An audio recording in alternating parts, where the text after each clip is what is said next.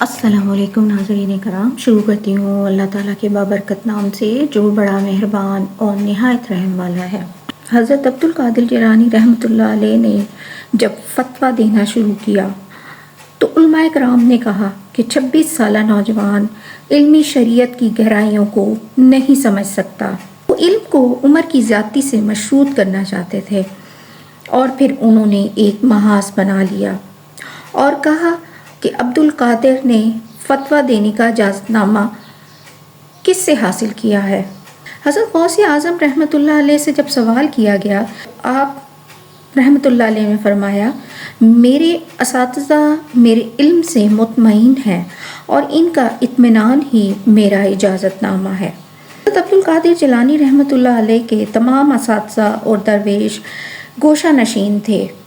جب نہایت زور دیا گیا ان پر کہ وہ علماء بغداد سے اجازت نامہ حاصل کریں۔ اجازت نامہ حاصل کرنے کے لیے ان کی ایک ہی شرط تھی کہ وہ تمام علماء کے سامنے پیش ہو کر امتحان کے مرحلے سے گزرے۔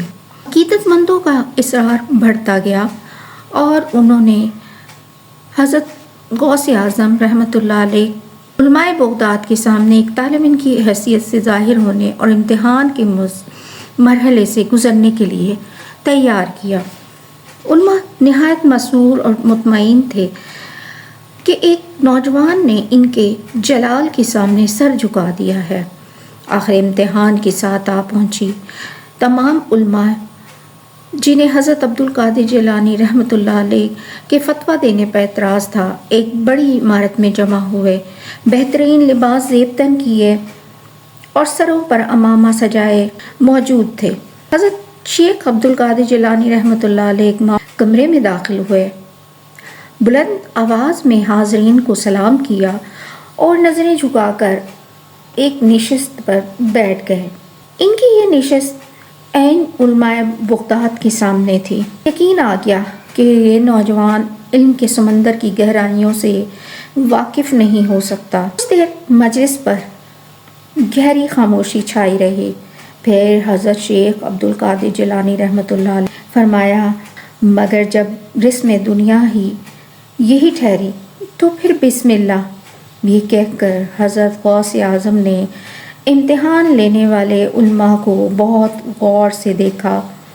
بس ایک نظر کی بات تھی، سب کچھ زیر و بم ہو گیا۔ علماء بغداد نے محسوس کیا کہ حضرت شیخ عبد القادر جیلانی رحمۃ اللہ علیہ سے نظر ملتے ہی ان کے اندر ایک انقلاب سا آ گیا ہے۔ حضرات آپ سوال کیجئے۔ حضرت شیخ عبد القادر جیلانی رحمۃ اللہ علیہ نے ایک سائل کے انداز میں علماء بغداد سے عرض کیا۔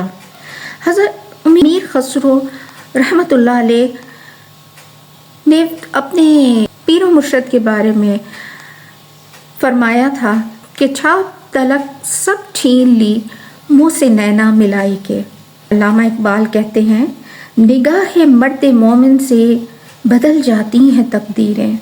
حضرت امیر خسرو رحمۃ اللہ علیہ کی شاعری کا مطلب یہ تھا کہ وہ تیری ایک نظر کیا تھی کہ جس نے میرے ماتھے سے بت پرستی کی تمام نشانیاں مٹا ڈالیں۔ علماء بغداد حضرت غوث اعظم سے کیا سوال کرتے؟ ان میں تو بولنے کی ہمت ہی باقی نہیں رہی تھی، تمام زبانیں خاموش ہو گئی تھیں۔ ان کا دماغ تاریک ویرانوں میں تبدیل ہو چکا تھا اور ان میں بے خبری کی خاک اڑ رہی تھی۔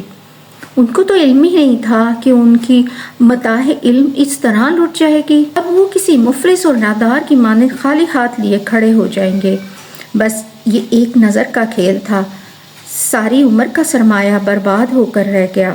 حضور پاک صلی اللہ علیہ وآلہ وسلم کی ایک حدیث مبارک ہے کہ مومن کی فراست سے ڈرو کہ وہ اللہ کے نور سے دیکھتا ہے۔ علماء کرام یہ سمجھ ہی نہ سکے کہ اس وقت حضرت غوث اعظم بھی اللہ کے نور سے دیکھ رہے تھے۔ دنیا کی ایسی کون سی روشنی ہے جو اللہ کے نور کے مقابل میں ٹھہر سکے؟